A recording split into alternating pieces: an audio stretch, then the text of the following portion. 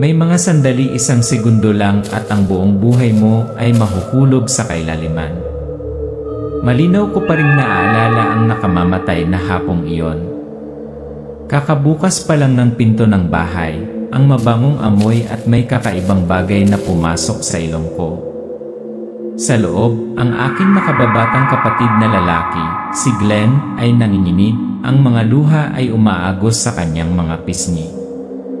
Ang aking ama nakaupo sa sahig, ang kanyang damit ay kulubot, ang kanyang buhok ay magulo, ang kanyang mga mata ay namumula, ngunit hindi dahil sa pagod, ngunit dahil sa pagkakasala. Bago pa ako makapagtanong, nabulunan si Glenn. Mama, nahuli si Papa, hinahalikan si Minerva. Natulala ako. Ang mga salitang iyon ay parang kutsilyong tumutusok sa puso ko. Napayo ko si tatay, nanginginig ang boses. Patawarin niyo ako, natukso lang ako. Ngunit bago matapos ang paghingi ng tawad, may malakas na katok sa pinto mula sa kwarto. Bang! Bang! Bang! Mama! Buksan mo yung pinto! Sigaw namin ni Glenn, pero katahimikan lang ang sinagot nito. Sumugod si Itay, sumipa ng malakas at nang bumukas ang pinto. Ang mundo ko nawasak. Ina, nakabitin sa gitna ng silid, walang laman ang kanyang mga mata, malamig ang kanyang mga kamay. Niyakap ko siya, tumatawag sa kawalan ng pag-asa, ngunit huli na. Sa sandaling iyon nanumpa ako. Kahit na kailanganin kong ibenta ang aking kaluluwa sa dyablo. Pagbabayad ako ng doble sa babaeng nagngangalang Minerva. Ngunit hindi ko alam ang landas ng paghihiganti na pinili ko ay magdadala sa akin sa isang bagay na mas nakakatakot kaysa sa kamatayan. Isang sikreto, binabantayan ng mga kuko ang mga pangil at ang mga gintong mata ni Aswang. Sa labas, asul pa rin ang langit, ngunit sa loob ng bahay na iyon, ang madilim na ulap ay tahimik na nagkukumpulan sa mahabang panahon. Ang aking pamilya ay dating modelo na hinahangaan ng mga kapitbahay. Isang magiliw na ina, isang matagumpay na ama, ako at ang aking dalawang kapatid na babae ay lumaki sa isang bahay na puno ng tawanan. Ngunit walang nakakaalam, sa likod ng puting pinturang pader, nagsimulang kumalat ang isang bitak. Ang aking ina ay isang malakas na babae, ngunit mula noong araw na nawala ang kanyang ikatlong anak sa isang aksidente, nahulog siya sa isang spiral ng depresyon. Sa umaga, tahimik siyang nakaupo ng ilang oras sa tabi ng bintana. Ang kanyang mga mata ay nakatitig sa labas sa hardin.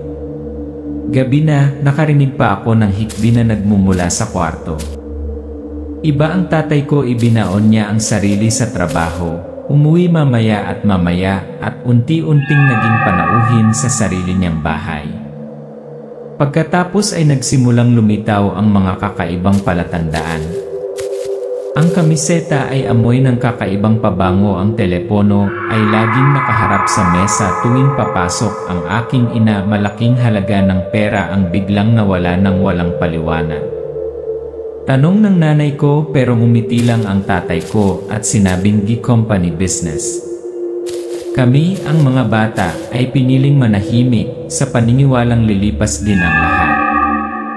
Ngunit hindi ko alam ang katahimikan na yon ay ang matabang lupa para sa pinakamalaking trahedya ng aking buhay. Nang hapong iyon, kakaiba ang init ng panahon. Biglang umalis si nanay sa kanyang pagkain, tumayo at sinabi lamang ang isang pangungusap. Kailangan kong makita ang asawa ko ngayon din.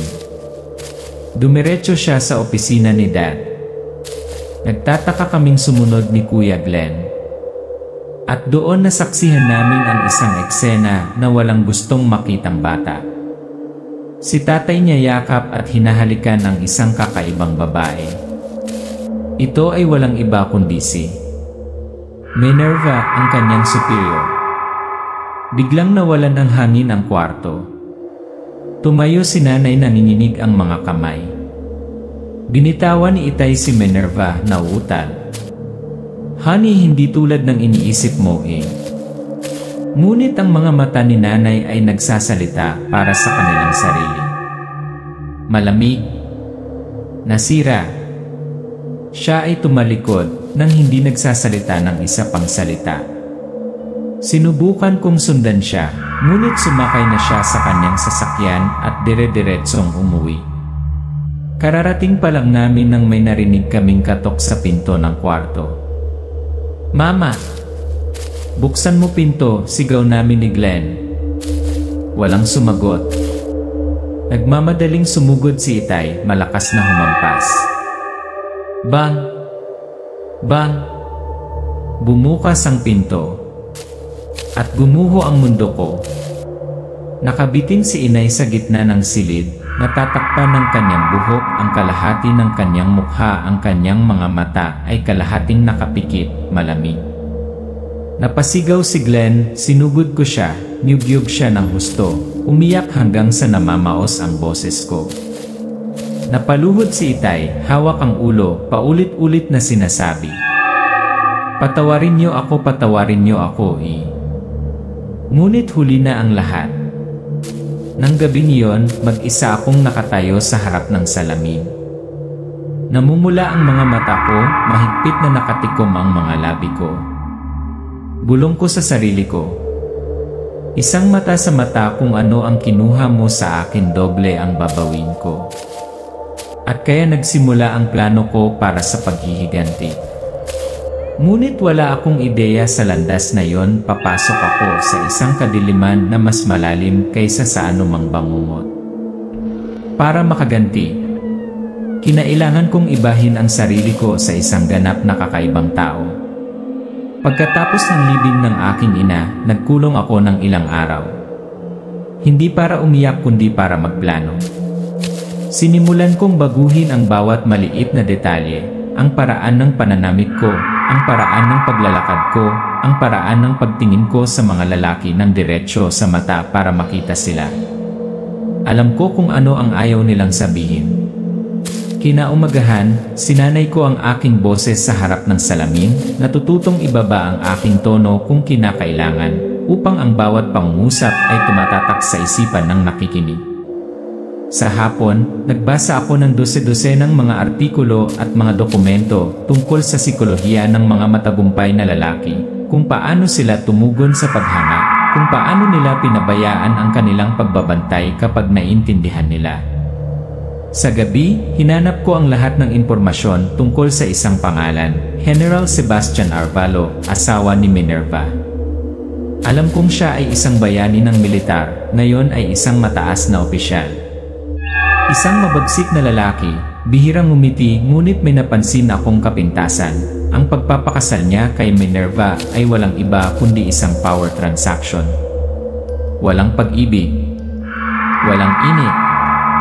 Noong araw na nag-apply ako para sa posisyong sekretarya ni Sebastian, naghanda ako na parang sasabak ako sa labanan.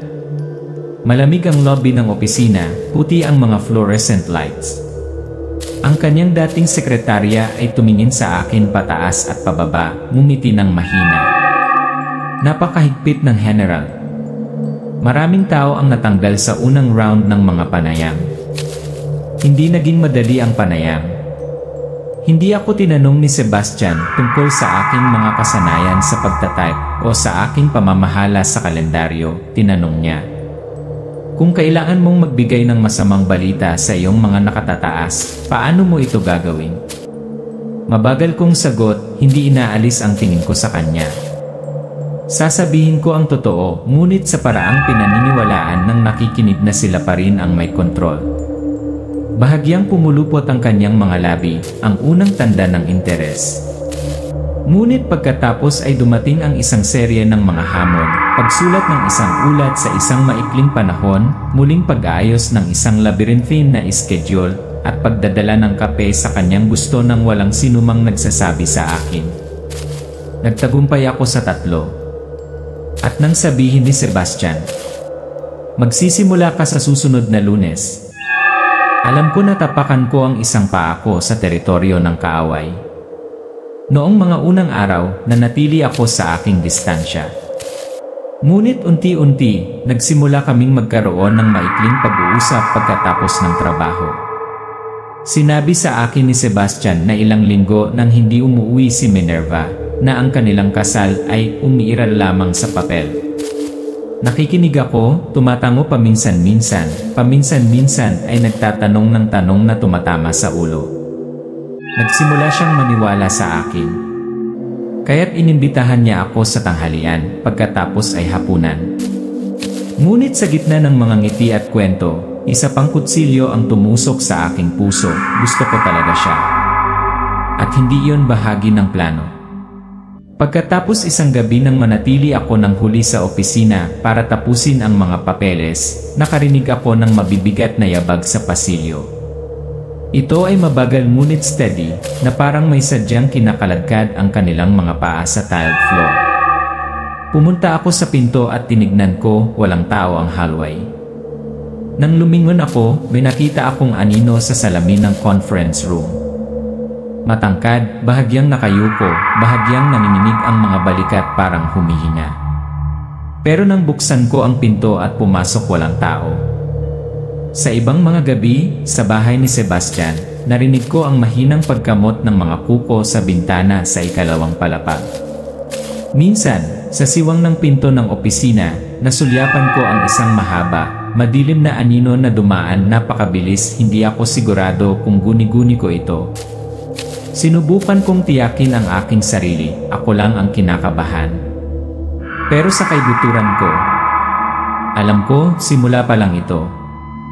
Mula nang magtrabaho para kay Sebastian, nagsimula akong magkaroon ng pagkakataong mapalapit kay Minerva. At habang pinagmamasdan ko, mas napagtanto ko hindi siya katulad ng sinumang babae na nakilala ko. Linggo-linggo, tuwing Huwebes ng gabi, nawawala si Minerva. Walang nakakaalam kung saan siya nagpunta. One time, nakasunod ako sa Black Dahlia. Hindi huminto ang kotse sa kanyang bahay o opisina, ngunit dumiretso sa basement ng isang abandonadong gusali. Ang mga ilaw doon ay dim, dilaw at deep inside. Nakarinig ako ng malalim na ungol na parang isang nakakulong na hayop. Napabuntong hininga ako. Hindi iyon aso. Ito ay mas mabigat, mas maitim. At sa tuwing umaalingaw-ngaw ang dagundong, naririnig ko ang kalampag ng mga tanikala na bakal na parang may gustong kumawala. Sa ibang pagkakataon, mas naging daring ako. Sa siwang ng lumang kahoy na pinto, nakita ko si Minerva na nakatayo sa harap ng isang higanting hawla na bakal, bumubulong sa wikang hindi ko pa naririnig. Sa loob nakatingin ito sa kanya. Isang halimaw ang mga mata nito ay kumikinang na dilaw, kumikinang na parang mga headlight ng kotse sa gabi. Mahahaba, hubog, at matutulis ang mga kuko nito na dumidiin sa sahig ng semento na gumagawa ng nakakatakot na tunog. Kulay abo-itim ang balat nito, nangangaliskis, ngunit natatakpan ng makapal na balahibo sa mga balikat at braso. Bawat hininang lumalabas ay parang usok, makapal at mabaho. Hindi ito umangal, tumawa ito. Isang namamaos, naputol na tawa na parang nakilala nito ang presensya ko. Napaatras ako, ang lakas ng tibok ng puso ko. Ito ay hindi isang bangungot. Ngayon lang ako nakakita ng aswang. Nagsimula akong mag-imbestiga. Naghanap ako sa mga lumang ulat ng balita, mga inabandonang blog sa paglalakbay, at malilim na mga website ng alamat. Natuklasan ko, ilang taon na ang nakalipas, bumisita si Minerva sa isang liblib na nayon sa Visayas. Naniniwala ang mga tao doon na ang pagpapalaki ng aswang ay magdadala ng kapangyarihan at kayamanan kung maayos na pakakainin at gagawin ang mga ritual ng dugo. Bilang kapalit, poprotektahan ng hayop ang may-ari nito, sisirain ang mga kaaway at hindi kailanman magtataksil. Alam ko, sa mga Amerikano, ito ay parang isang horror folk tale. Ngunit sa Timog Silangang Asya ang mga ganitong kwento ay hindi dapat pabayaan. Isang gabi, habang papalabas ako ng opisina, biglang humarang si Minerva sa dinadaanan ko. Tumingin siya sa akin, ang kanyang mga mata ay matalas na parang kutsilyo. Sa tingin mo ba hindi ko alam ang ginagawa mo, Elizabeth?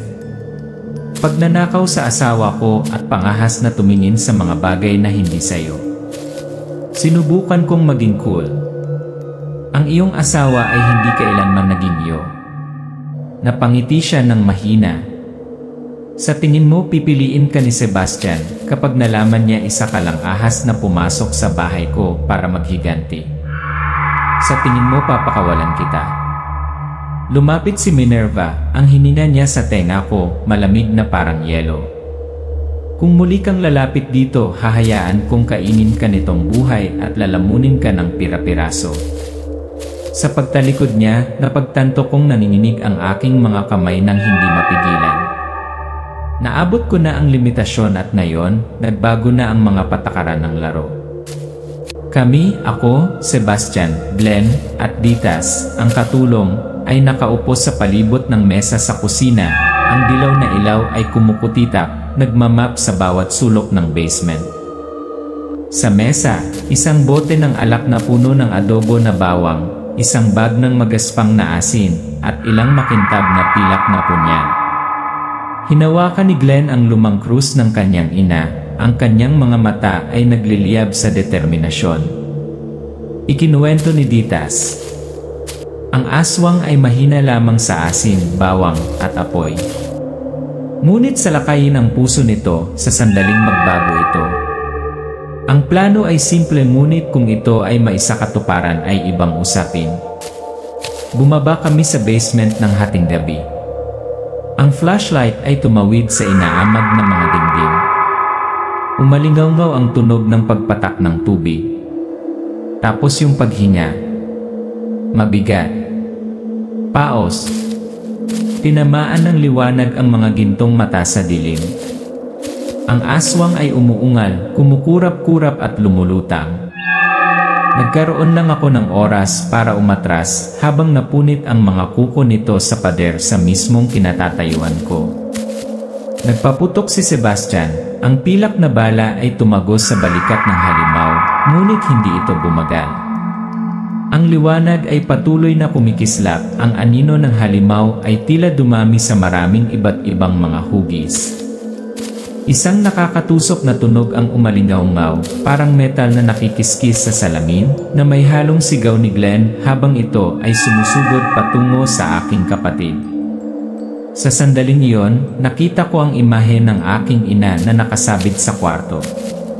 Pagkatapos ay ang imahe ng aking ama, lumuluhod sa tabi niya, walang pigil ang pagpatak ng mga luha. Ang mga alaala ay nakipag-ugnay sa mga hiyawan ng katotohanan na sumasakal sa aking hininga. Napaatras ako sa sigaw ni Sebastian. Elizabeth! Sunugin mo! Sumugod ako, ibinato ang oil barrel sa katawan ng halimaw, hinagis ni Glenn ang sulo. Nagliyab ang apoy, sumigaw ang aswang ngunit bago ito bumagsak, tumama ito ng malakas. Ang aking ama ay lumitaw mula sa kadiliman, sumugod upang protektahan ako at napunit sa tiyan ng mga kuko. Napasigaw ako, niyakap ko siya, naramdaman ko ang init na umaalis sa katawan ko. Papa! I'm sorry. I've always loved Papa. Umiti lang siya ng mahina, bumulong. Alam ko anak ko eh. Saka pumikit ang mga mata niya. Si Minerva ay pinigilan ni Sebastian, pinilit na bumalik sa sulok. Nakangiti pa rin siya kahit na dinilaan ng apoy ang kanyang palda. Sa tingin mo ako lang. Nilamon ng apoy si Minerva, unti-unting nawawala ang tawa nito.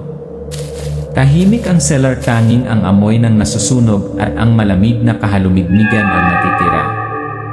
Pagkalipas ng ilang araw, tumayo ako sa harap ng mga puntod ng aking ina at ama. Umihip ang hangin, dala ang kaluskos ng mga dahon na parang bulong, patawag. Napagtanto ko hindi na sila maibabalik ng paghihiganti. Ang tanging bagay na nagligtas sa akin ay ang pagpapaalam.